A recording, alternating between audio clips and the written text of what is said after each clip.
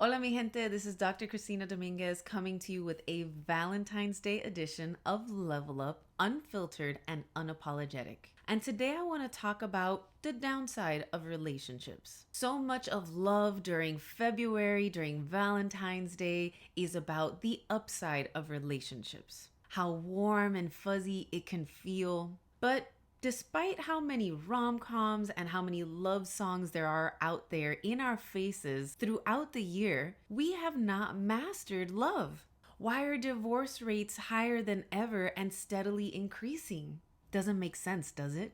Is the love in your relationship unbalanced? Stick around, let's talk about it.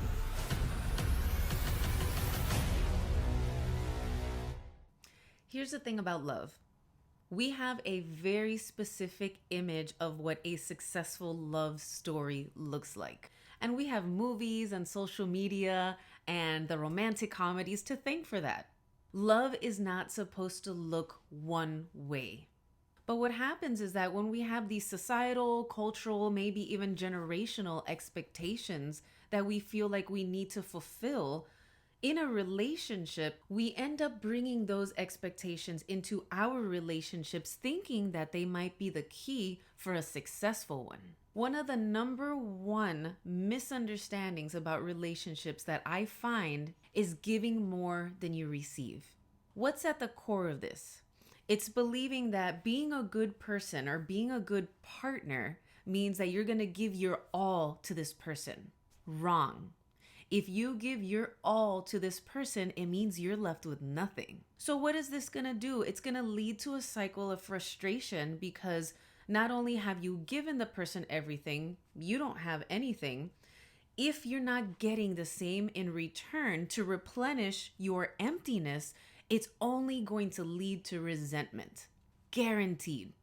So it is very important to recognize what is an appropriate balance of love for you. How much of myself am I willing to give in a relationship so it feels fairly balanced with what I'm receiving? Which brings me to number 2, putting your needs second to that of your loved one. Again, a very common misunderstanding about love and relationships is that love must be selfless. I don't know where this came from, but something I need to make sure to explain is that when we believe that love is selfless and we are expected to give everything to that other person and put our needs on the back burner, it's kind of telling us that if we take care of ourselves, we are being selfish. There's nothing selfish about taking care of yourself first.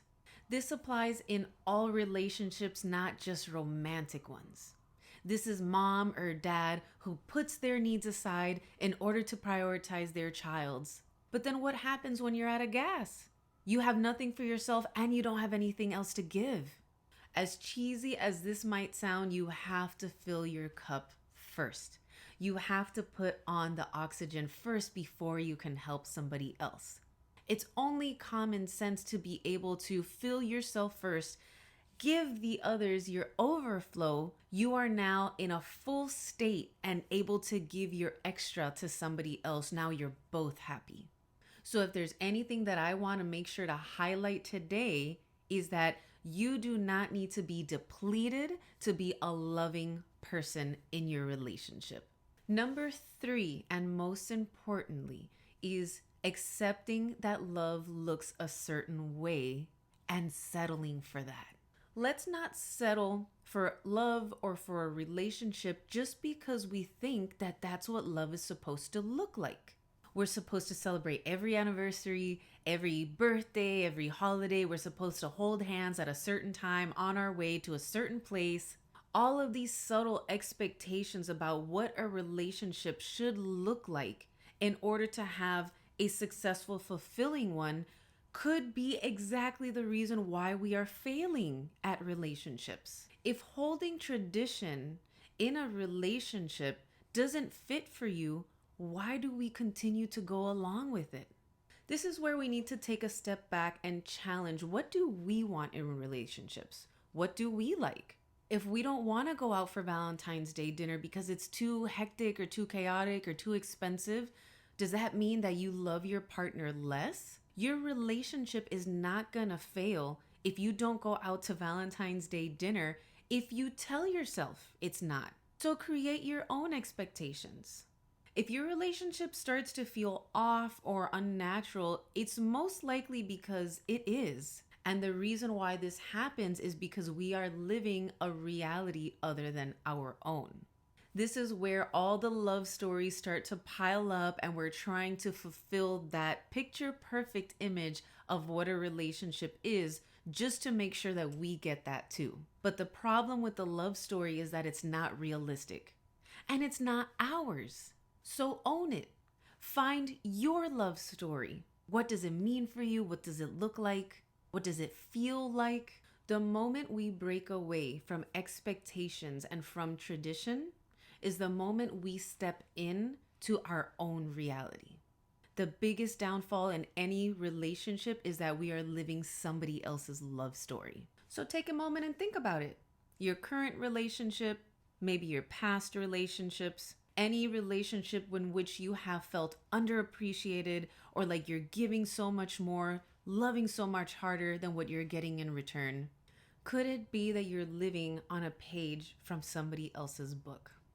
Choose your own story, write your own book, and step into your own reality when it comes to relationships. You have a much greater chance of being happy and fulfilled in a story that you write and customize for yourself than to continue to falling in and settling for everybody else's. If you felt like you can relate to what we discussed today, follow me for more tips and information on relationships, burnout, and burnout recovery. See you on the next level up.